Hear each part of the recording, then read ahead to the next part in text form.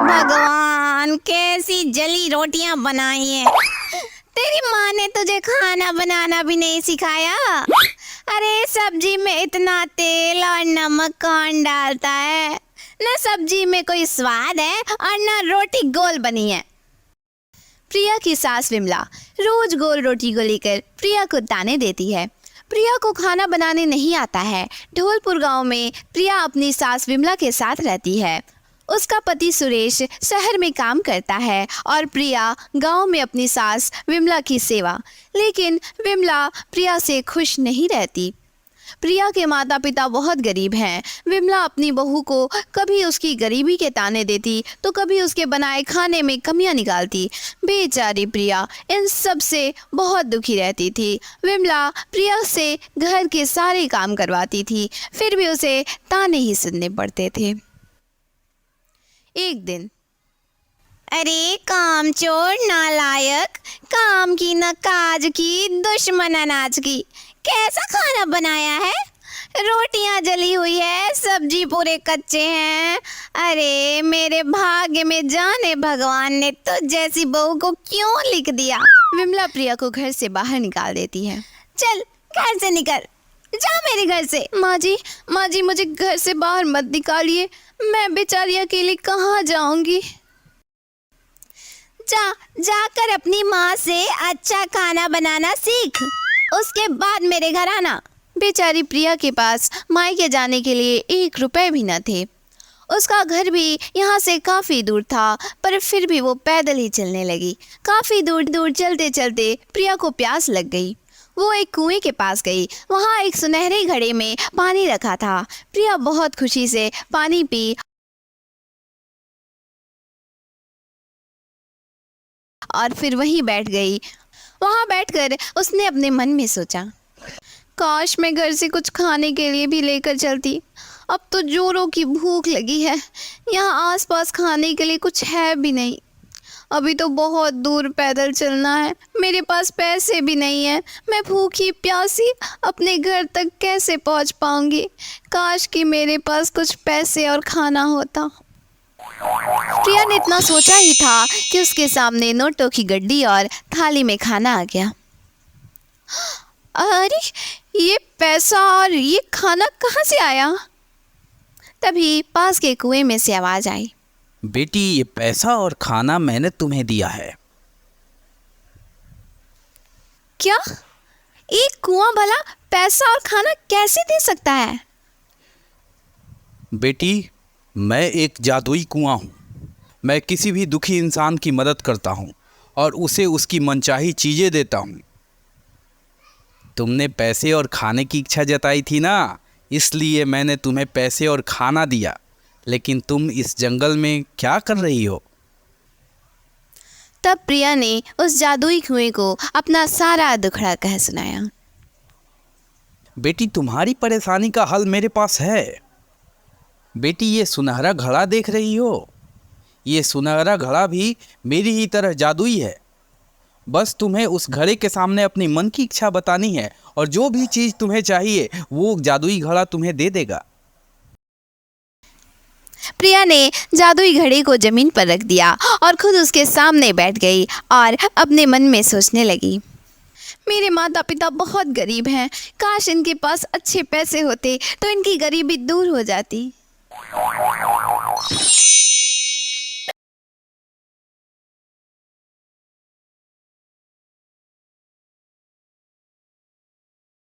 अरे बाप रे, इतने सारे रुपए। माँ, पिताजी, अब आप दोनों की गरीबी दूर हो जाएगी। अब मैं रोज इस जादुई घड़े से आप दोनों के लिए रुपए पैसे मांग लूंगी। बेटी तेरी वजह से हमारे दुख भरे दिन दूर हो जाएंगे। प्रिया जितने दिन भी अपने मायके में थी उस जादुई घड़े से रोज रुपए पैसे मांगती और जादुई घड़े से उसे रोज ढेर सारे रुपए पैसे मिल जाते। वह सारा धन प्रिया अपने माता पिता को दे देती।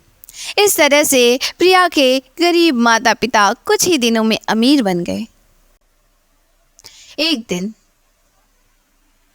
माँ, पिताजी, अब मुझे यहाँ से ससुराल जाना चाहिए।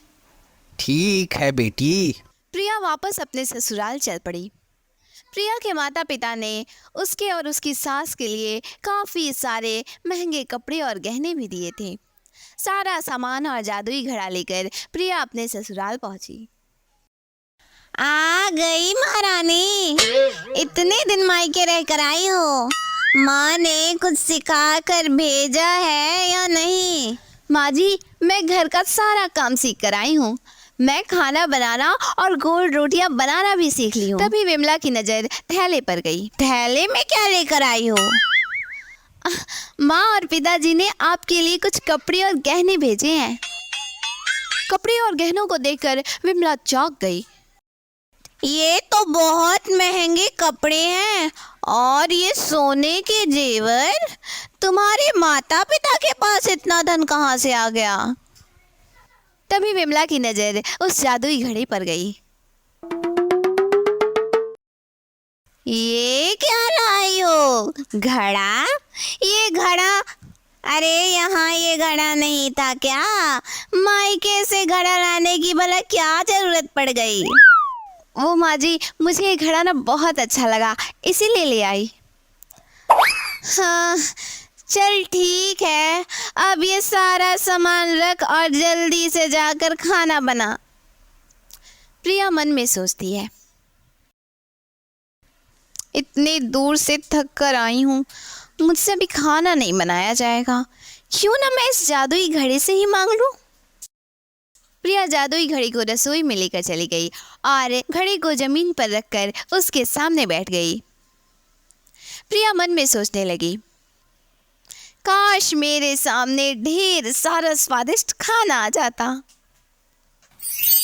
बस फिर क्या था, उस जादुई घड़े से ढेर सारे पकवान, सब्जी, रोटी सब निकल कर आ गया। प्रिया ये देखकर बहुत खुश हो गई। प्रिया जल्दी से अपनी सास के पास जाकर कहती है, माँ जी खाना बन गया, आप चलकर खाना खा लीजिए। हैं? इतनी जल्दी खाना बन गया? अरे कहीं फिर से कच्ची सब्जी, कच्ची रोटी तो नहीं बना दी? विमला रसोई में जाकर देखती है। वहाँ ढेर सारा पकवान देखकर विमला प्रिया से कहती है, इतना सारा खाना तूने इतनी जल्दी अकेले कैसे बनाया? माँ जी, मैंने सारा खाना बनाना सीख लिया है, अब मैं मिनटों में बहुत सारे खाना बना सकती हूँ। विमला को अपनी आंखों पर विश्वास नहीं हो रहा था, लेकिन उसने भरपेट खाना खाया। बहू, खाना तो तूने बहुत अच्छा बनाया। चल, तुझे घर से निकालने का एक फायदा तो हुआ।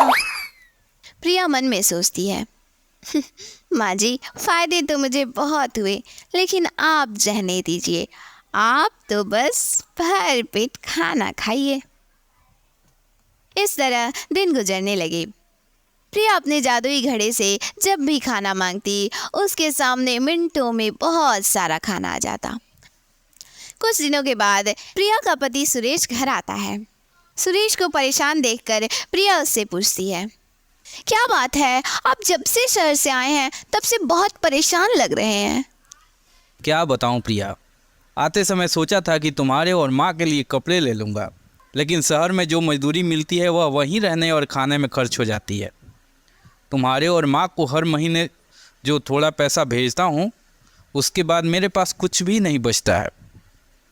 आप परेशान मत होइए, अब हमारे पास पैसों की कोई परेशानी नहीं होगी और अब आपको शहर में जाकर मजदूरी करने की भी कोई ज़रूरत नहीं है। यह क्या कह रही हो? मजदूरी नहीं करूँगा तो यहाँ तुम्हारा और माँ का गुजारा कैसे होगा? मेरे पास उसका बहुत अच्छा उपाय है। प्रिया ने सुरेश को जादुई घड़े के बारे में सब कुछ बता दिया और उसी जादुई घड़े से ढेर सारे पैसे भी निकाल कर दिए। इस प्रकार जादुई घड़े के कारण प्रिया का मायका और ससुराल दोनों खुशहाल हो गया।